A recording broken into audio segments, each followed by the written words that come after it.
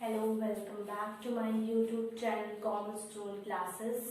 Last lecture हमारा elasticity of demand पे था, जिसमें हमने डिस्कस किए थे उसके इलास्टिसिटी कितने टाइप्स के होते हैं, इलास्टिसिटी ऑफ डिमांड। ये हमारा इस टॉपिक का सबसे लास्ट लेक्चर है, डिटरमिनेंट्स ऑफ प्राइस इलास्टिसिटी। सो कितने डिटरमिनेंट्स होते हैं प्राइस इलास्टिसिटी के, वो हम देखेंगे। लास्ट क्लास में हमने प्राइस इलास्टिसिटी की कितने बाइफिकेशंस थे, इलास्टिसिटी 0 कब होती है, इलास्टिसिटी 1 कब होती है, इलास्टिसिटी इंफिनिटी कब होती है, ये सब मैंने आपको बताया था। और जो हमारा डिमांड कर्व है फ्रेंड्स, वो कैसा बनता है वो भी मैंने आपको उसी क्लास में बताया था। ठीक है, इस क्लास में हम डिटरमिनेंट्स की बात करेंगे कि प्राइस इलास्टिसिटी के कितने डिटरमिनेंट्स होते हैं या कितने टाइप्स के हम बोल सकते हैं, क्या क्या चीजें हैं जो हमारी प्राइस इलास्टिसिटी के पॉइंट ऑफ व्यू से हम स्टडी करते हैं। तो विदाउट वेस्टिंग ऑफ टाइम हम अपना वीडियो स्टार्ट करते हैं। सबसे पहला डिटरमिनेंट है अवेलेबिलिटी ऑफ सब्स्टिट्यूट्स। अब इसका मतलब क्या है, एग्जाम्पल्स के थ्रू मैं आपको बताने की कोशिश करूंगी ताकि आपको अच्छे से समझ में आ जाए। सब्स्टिट्यूट का आपको मतलब ही समझ में आ जाता है कि किसी भी चीज के कितने सब्स्टिट्यूट होते हैं। जैसे आप टी लेते हो तो टी का एक सब्स्टिट्यूट भी मार्केट में है, दैट इज योर कॉफी। ठीक है, तो ये आपके सब्स्टिट्यूट होते हैं। मतलब कि अगर लेट्स सपोज टी की प्राइसेस इंक्रीज हो जाती हैं तो हम शिफ्ट हो जाएंगे कॉफी पे। मतलब टी की प्राइसेस इंक्रीज होने से किसके डिमांड पे इम्पैक्ट पड़ रहा है, डिमांड किसकी बढ़ रही है, डिमांड बढ़ रही है कॉफी की। और टी की प्राइसेस अगर इंक्रीज हो रही है तो टी का डिमांड कम हो जाएगा, कॉफी की डिमांड बढ़ जाएगी। अवेलेबिलिटी ऑफ सब्स्टिट्यूट में भी सेम ऐसे है। मार्केट में जितने भी सब्स्टिट्यूट्स वाले गुड्स होते हैं, जैसे आप बेस्ट एग्जांपल ले सकते हो कुरकुरे। कुरकुरे तो आता ही है, बट जनरली उसका नाम तो कुरकुरे, बट उसी नाम से टकाटक भी आता है, टेढ़े मेढ़े भी आते हैं। तो मान लीजिए आपको उसमें से एक अच्छा सा पसंद है, मान लीजिए आपको टकाटक पसंद है, बट अगर आप शॉपकीपर के पास जाते हो और वो नहीं मिलता है, लेट्स सपोज उसके पास वो अवेलेबल नहीं है, तब आप क्या कहोगे, अच्छा ठीक है टेढ़े मेढ़े दे दो हमें, कुरकुरे दे दो हमें। सो ये क्या है फ्रेंड्स, हमारा substitute, availability of substitute. Market में हर एक प्रोडक्ट का सब्स्टिट्यूट अवेलेबल है, इसीलिए ताकि अगर आपको एक प्रोडक्ट ना मिले तो आप दूसरे पे शिफ्ट कर जाओ। तो ये हमारा सबसे पहला डिटरमिनेंट था प्राइस इलास्टिसिटी का, अवेलेबिलिटी ऑफ सब्स्टिट्यूट। अगला देखेंगे नंबर 2, सेकंड है हमारा कमोडिटी पोजीशन इन कंज्यूमर्स बजट। इसका मतलब क्या होता है, कमोडिटी का मतलब होता है वो प्रोडक्ट जो आप परचेस करना चाहते हो। कमोडिटी को आप दूसरी लैंग्वेज में गुड्स भी बोलते हो। ठीक है, तो इसको यहाँ नोट कर लीजिएगा। हो सकता है कि बहुत लोगों को ना पता हो, क्योंकि सब कॉमर्स बैकग्राउंड के नहीं होते हैं जो ये लेक्चर्स देखते हैं, कुछ अदर बैकग्राउंड के लोग भी देखते हैं। तो समटाइम्स उनको कमोडिटी का मीनिंग नहीं क्लियर होता है। सो कमोडिटी का मतलब है यहाँ पे फ्रेंड्स गुड्स, वो गुड्स जिसको आप परचेस करना चाहते हो। जैसे मैंने अभी टी और कॉफी का एग्जांपल लिया, तो जब आप कोई परचेस करने जाते हो गुड्स को मार्केट में, सो आप क्या देखते हो कि वो आपके बजट में आ रहा है कि नहीं। सो सेकेंड पॉइंट हमारा क्या है, consumers position, sorry commodity position in the consumers budget. अगर लेट्स सपोज आप कोई प्रोडक्ट जो है लेने जा रहे हो, लेट्स सपोज ये कोई प्रोडक्ट है, इसको आप परचेस करने जा रहे हो, तो सबसे पहले आप क्या देखोगे, चलो आपने डिमांड कर ली इस प्रोडक्ट की, आपके पास डिजायर है, अवेलेबिलिटी भी, आपके पास एबिलिटी भी है, बट विलिंगनेस भी तो होनी चाहिए हमारे पास बजट में, हमारे पॉकेट में उतने पैसे भी तो होने चाहिए ताकि हम इस प्रोडक्ट को बाय कर सके, परचेस कर सके। तो दूसरा डिटरमिनेंट हमारा प्राइस इलास्टिसिटी का क्या है friends, available commodity position in the consumers budget. Third देखेंगे nature of needs. Nature of needs का मतलब क्या होता है, आप कई बार प्रोडक्ट्स को ऐसे बाय करते हो, जैसे आपके पास सपोज करो अभी फिलहाल में 100 रुपीज है, लेट्स सपोज आपके पॉकेट में अभी सिर्फ 100 रुपीज है। अब इस 100 रुपीज में से आप सोच लो आपको क्या क्या चाहिए, आपको मेडिसिन चाहिए, उसके बाद आपको स्टेशनरी चाहिए, मान लीजिए आपको फिर कोल्ड ड्रिंक भी चाहिए। तो सबसे ज्यादा प्रेफरेंस आप किस प्रोडक्ट को दोगे? नेचर ऑफ नीड का मतलब है सबसे ज्यादा प्रेफरेंस आप किस चीज को दोगे, मेडिसिन को कि कोल्ड ड्रिंक को? ऑफ कोर्स मेडिसिन को देंगे, बिकॉज ये हमारी नेसेसिटी होती है। सो पहला पॉइंट हमारा क्या है, necessity goods. Nature of needs के अकॉर्डिंग जब आप देखते हो, ठीक है, अपने प्राइस इलास्टिसिटी को, तो सबसे पहली प्रेफरेंस आप जिसको देते हो वो है आपकी नेसेसिटी गुड्स। रेदर देन आप कोल्ड ड्रिंक खरीदने के बजाय आप क्या सोचोगे कि हम पहले मेडिसिन लेते हैं, फिर स्टेशनरी लेते हैं, अगर मेरे पास बच जाते हैं कुछ पैसे तब मैं कोल्ड ड्रिंक के बारे में सोचूंगा, नहीं तो उसको स्किप कर दूंगा। सो ये आपका होता है नेसेसिटी गुड्स। अब इसमें आपकी डिमांड कैसी होती है, इलास्टिसिटी कैसी होती है, प्राइस इलास्टिसिटी क्योंकि हम देख रहे हैं, तो यहाँ पे आपका इलास्टिसिटी कैसे रन कर रहा है वो भी बहुत इंपॉर्टेंट है। सो यहाँ पे जो आपका इलास्टिसिटी होता है वो लेस देन 1 होता है। क्यों ऐसा मैंने कहा? इलास्टिसिटी लेस देन 1 का मतलब मैंने आपको बताया था, माइंड में एक बार रिकॉल कीजिए, रिलेटिवली इनइलास्टिक, मतलब ऐसी कोई भी चीज जिसको हम ज्यादा इधर उधर ना कर सके। मतलब मेडिसिन चाहिए तो वही चाहिए, किसी की मान लीजिए हो सकता है किसी का हेल्थ इश्यू हो, या फिर अगर आपको सॉल्ट चाहिए तो सब्जी बिना सॉल्ट के नहीं बनने वाली है, ऑफ कोर्स नहीं बनने वाली है। सो इलास्टिसिटी यहाँ पे क्या रहती है आपकी, इनइलास्टिक रहती है। सो आप नेसेसिटी गुड्स को सबसे ज्यादा प्रेफरेंस देते हो। नेक्स्ट बात करेंगे, इसी में आपका आता है लग्जरी गुड्स। लग्जरी गुड्स की डिमांड कैसी होती है? अगर आप इसको देखो, ध्यान से देखो, तो लग्जरी गुड्स वो गुड्स होते हैं जिसको आप आज नहीं तो कल, मतलब आप उसको पोस्टपोन कर सकते हो कि ठीक है आज नहीं है बजट में, एक हफ्ते बाद ले लेंगे, 1 मंथ के बाद ले लेंगे, ठीक है। तो यहाँ पे इलास्टिसिटी आपकी कैसी रहती है, ग्रेटर देन 1 होती है। अब इसको क्या बोलते हैं? सो इसको फ्रेंड्स बोलते हैं हम रिलेटिवली इलास्टिक,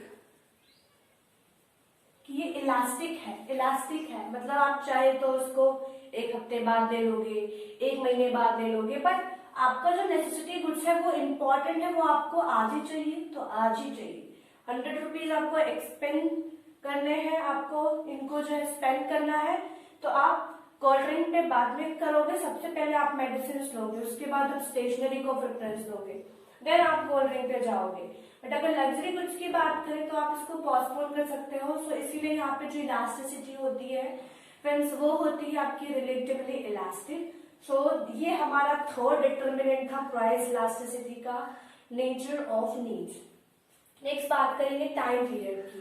टाइम पीरियड का मतलब क्या होता है? टाइम पीरियड का मतलब होता है कि शॉर्ट रन में, लॉन्ग रन में, ठीक है, मीडियम में, मतलब आपको जो टाइम पीरियड है वो शॉर्ट पीरियड है या लॉन्ग टर्म में है, ठीक है। तो वैसे मीडियम टर्म तो नहीं आता है, शॉर्ट टर्म और लॉन्ग टर्म आता है, ठीक है। तो पहला आ जाएगा आपका क्या, शॉर्ट रन, दूसरा आएगा आपका लॉन्ग रन। सो अगर आपको शॉर्ट रन में किसी चीज की डिमांड करनी है, इसका best example, okay, time period की बात कर रहे हैं, मान लीजिए आपको जाना है शाम को किसी पार्टी में, आपने ड्रेस फाइंड आउट करने आपकी अलमीरा खोली, आपको उसमें से कोई अच्छा सा ड्रेस नहीं मिला, तो आपके माइंड में क्या आएगा कि ठीक है चलते हैं मार्केट में, देखते हैं अगर बजट में हमारे कोई भी क्लॉथ होगा तो उसको परचेस कर लेंगे। तो ये आपकी डिमांड किसकी है, शॉर्ट रन की है। बट अगर वही मान लीजिए आपकी जो डिमांड है, वो जो पार्टी है वो मान लीजिए 1 हफ्ते बाद होती, तो आप क्या करते हैं, ठीक है मैं आज थोड़ा थोड़ा पॉकेट मनी अपना सेव करता हूँ, ताकि 1 हफ्ते बाद पार्टी है, मैं पार्टी में जाने के लिए जो क्लॉथ मैंने देखा है ना मैं उसको परचेस कर लूंगा। तो शॉर्ट रन में डिमांड आप जल्दी करते हैं, मतलब आपको चाहिए, मतलब चाहिए।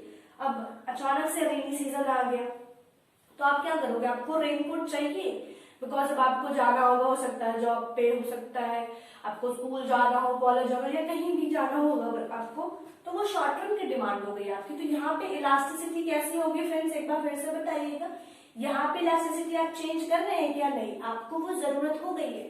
तो यहाँ पे आपकी इलास्टिसिटी कैसी हो जाएगी, रिलेटिवली लेस देन 1, यही again relatively inelastic. But long run की अगर हम बात करते हैं तो यहाँ पे इलास्टिसिटी आप चेंज भी कर सकते हो, पोस्टपोन भी कर सकते हो।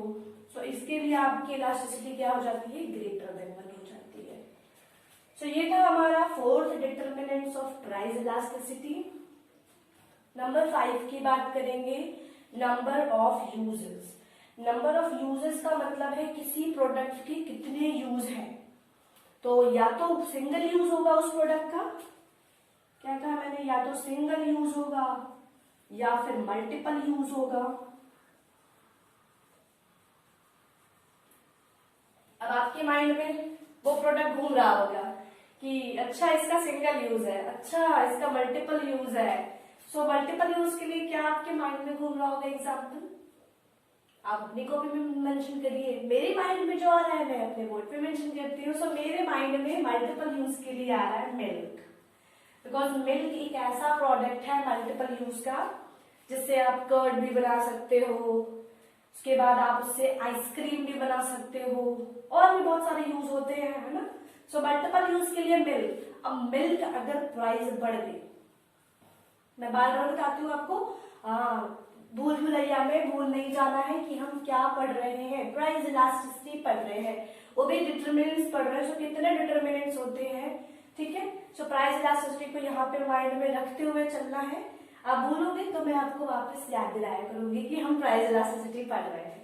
सो सिंगल यूज या तो होगा किसी प्रोडक्ट का या मल्टीपल यूज होगा। अगर उसका सिंगल यूज है, आप सपोज करिए इस मार्कर का तो सिंगल यूज है कि ये इसी पे चलने वाला है, बोर्ड पे, व्हाइट बोर्ड पे, ऑफ कोर्स कॉपी में तो चलेगा नहीं, तो इसका कैसा यूज हो गया, सिंगल यूज हो गया।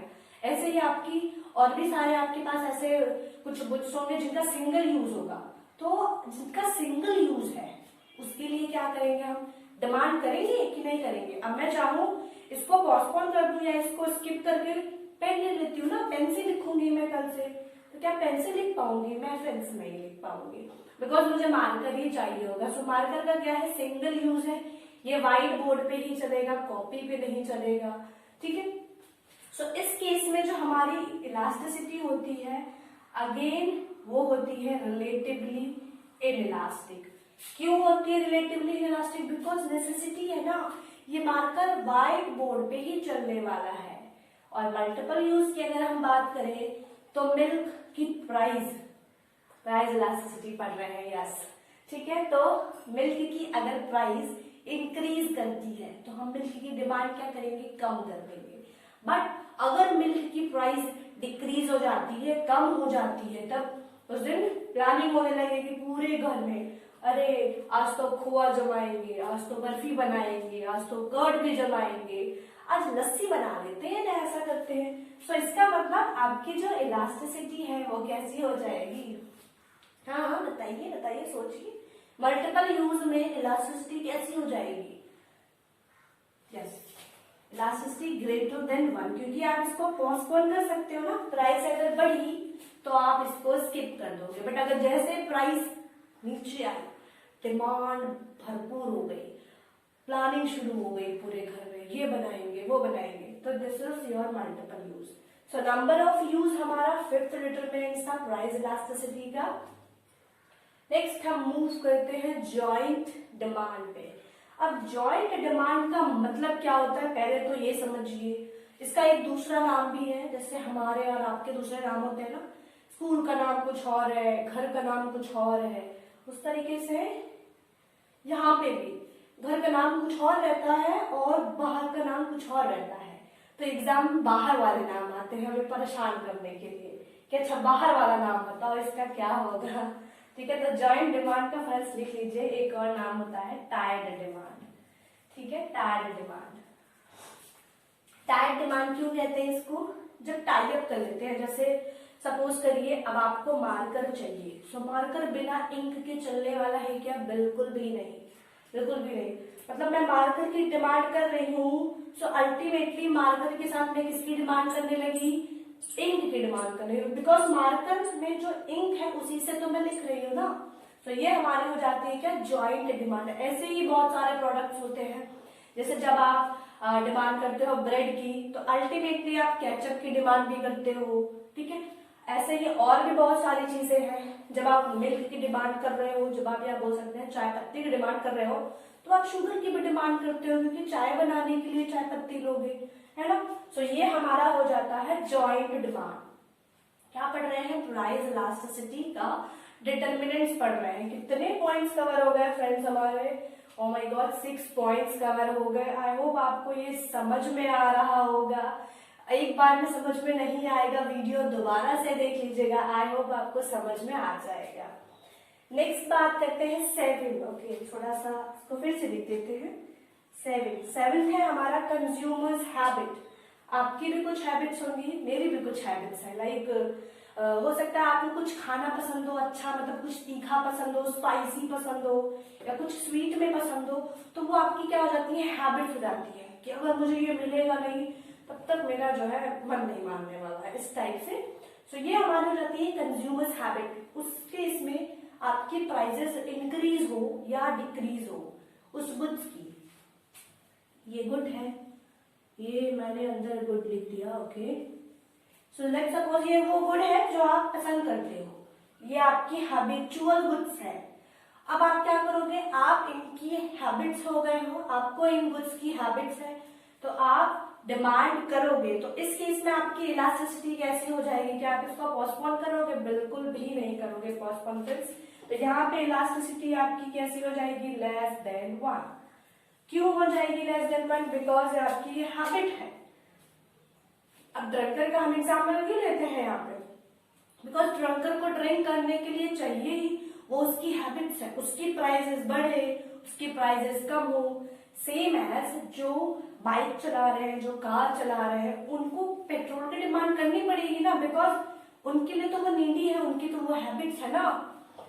उसकी प्राइसेस इंक्रीज करे गवर्नमेंट, उसकी प्राइसेस डिक्रीज करे, फिर कोई मतलब नहीं है। उनकी प्राइसेस चाहे इंक्रीज हो चाहे डिक्रीज हो, उनकी डिमांड इंक्रीज होगी, उनकी डिमांड बढ़ती रहेगी या फिर कांस्टेंट रहेगी, बोल सकते हैं। तो ये हमारा कंज्यूमर हैबिट्स। तो आपको इलास्टिसिटी बिल्कुल माइंड में कॉन्सेंट्रेट होके देखना है, कॉन्सेंट्रेट होके समझना है कि इसकी इलास्टिसिटी आखिर क्या हो सकती है और ये इलास्टिसिटी आखिर है कैसे होगी, वो इम्पोर्टेंट है। बट कैसे है वो इलास्टिसिटी, आपको उस पर फोकस करना है। लास्ट हमारा है price range.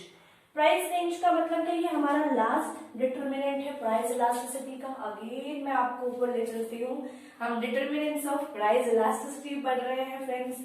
So last topic इसका या लास्ट पॉइंट हम बोलेंगे इसको क्या है हमारा? Price range. प्राइस रेंज का मतलब क्या होता है? आप मार्केट में जाते हो जब भी, ठीक है, तो आप क्या करते हो कि जो अगर जिसको हैबिट है कि जो सबसे सस्ती चीज होगी ना मैं उसको परचेस करूंगा। कुछ लोग जो मॉडरेट होगा ना मैं उसको परचेस करूंगा। बट कुछ लोग होते हैं अपना स्टेटस, अपनी प्रेस्टीज को शो करने के लिए जो सबसे स्टैंडर्ड क्वालिटी की चीजें होती हैं उसको परचेस करना ज्यादा प्रेफर करते हैं। सो आपको लो प्राइस में क्या हो जाएगा? इलास्टिसिटी कैसी होगी? ऑफ कोर्स लो प्राइस वालों की इलास्टिसिटी कैसी हो जाएगी? लेस देन 1, बिकॉज वो तो परचेस करेंगे ही करेंगे। मीडियम वालों की क्या हो जाएगी? मीडियम वालों की अगेन हो जाएगी ग्रेटर देन 1। अब मैंने ग्रेटर देन 1 क्यों कहा? क्योंकि जो मीडियम प्राइस होती हैं हो सकता है आपके बजट में ना हो सकता है आप सोचते हो चलो ठीक है आज ये प्राइस है कल भी यही प्राइस होगा, हमको तो एक हफ्ते बाद चाहिए, तो हम एक हफ्ते बाद चाहिए तो उस टाइम पे ले लेंगे, अभी से क्यों लेके इसको हम स्टॉक में रखे हैं, ठीक है, उस टाइम पे ले लेंगे। तो यहाँ पे क्या हो गया? आपकी इलास्टिसिटी इलास्टिक हो रही है ना, रिलेटिवली इलास्टिक हो रही है। सो आप क्या करोगे? उसकी डिमांड बाद में ही करोगे। Last but not the least, high range, जिसका प्राइस हाई होता है। लाइक इसका बेस्ट एग्जांपल आईफोन था। आईफोन की प्राइसेस जब आती है, लॉन्च होता है नया आईफोन जब लॉन्च होता है मार्केट में, प्राइसेस बहुत ज्यादा हाई होती है, बट फिर भी कस्टमर्स डिमांड करते हैं। क्यों? बिकॉज वो अपनी प्रेस्टीज शो करना चाहते हैं मार्केट में, अपने स्टैंडर्ड को बताना चाहते हैं, इसलिए वो डिमांड करते हैं। सो इस केस में आपको क्या लगता है इलास्टिसिटी क्या होगी? यस, बिल्कुल सोचिए कि इस केस में आपकी इलास्टिसिटी क्या हो सकती है। इस केस में आपकी इलास्टिसिटी हो जाएगी रिलेटिवली इलास्टिक, मतलब आप पोस्टपोन नहीं करोगे। आपको पता है कि मुझको अपना स्टेटस शो करना है, मुझको अपनी प्रेस्टीज बतानी है, तो मेरे लिए बहुत जरूरी है सबसे पहले आईफोन खरीदना। तो आप क्या करोगे उस केस में, आईफोन खरीद लोगे, फटाफट आया मार्केट में, लॉन्च हुआ, आपने परचेस कर लिया। डजंट मैटर उसकी प्राइसेस हाई है या ओवर हाई है। So this is all about the determinants of price elasticity. I hope आपको ये सारे पॉइंट्स क्लियर हो गए होंगे, नहीं क्लियर हुए होंगे एक बार वीडियो फिर से देख लीजिएगा, ठीक है। और कोई भी अगर डाउट हो कमेंट सेक्शन में मेंशन करना बिल्कुल मत भूलिएगा। अगर आपने मेरे चैनल को अभी तक सब्सक्राइब नहीं किया है तो सब्सक्राइब कर लीजिएगा, बेल आइकन पे क्लिक करना बिल्कुल मत भूलिएगा। फिर मिलेंगे अगले लेक्चर में, तब तक के लिए बाय बाय।